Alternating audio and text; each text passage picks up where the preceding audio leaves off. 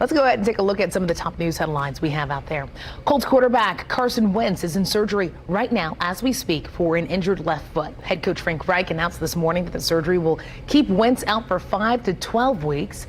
Sports director Anthony Calhoun will be live coming up at 5 o'clock to break down what this means for the team and the upcoming season. Well, Purdue University says masks will be required at Saturday's commencement ceremonies. Now, everyone will be required to wear masks in Elliott Hall of Music. University leaders announced last week that masks are now required in all indoor spaces on campus for everyone, regardless of vaccination status. Health officials say about 1 in 5 new COVID cases reported in the U.S. last week came from Florida.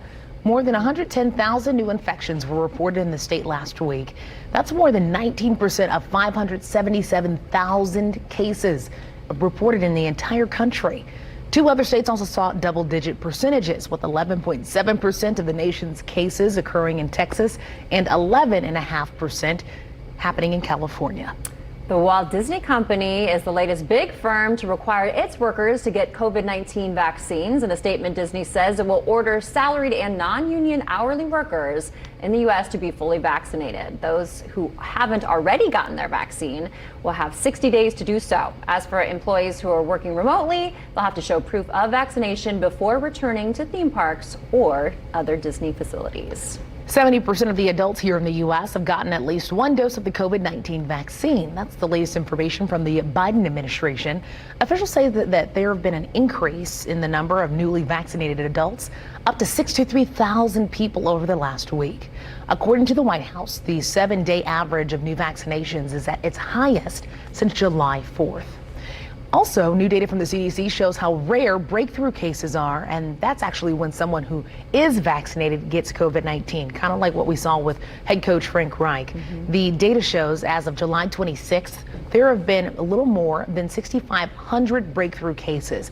Of those, a little more than 6,200 required hospitalization, and there were a little more than 1,200 deaths. That's among the more than 163 million people in the U.S. who are fully vaccinated. The data also shows in most states, 98% of COVID cases are among the unvaccinated.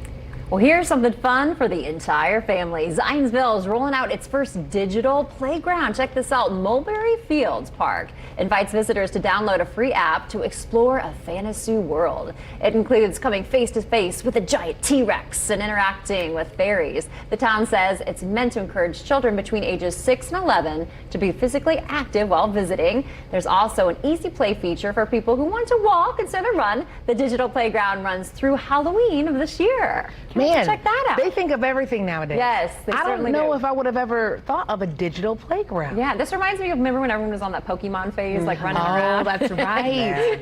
But I bet you this is like a parent's best, friend, especially when you're like, hey, just go out in the backyard and play. It's a whole different type of play now. That physical activity rather than just sit on the couch doing the tablet or This whatever. is the perfect day for it. Yeah.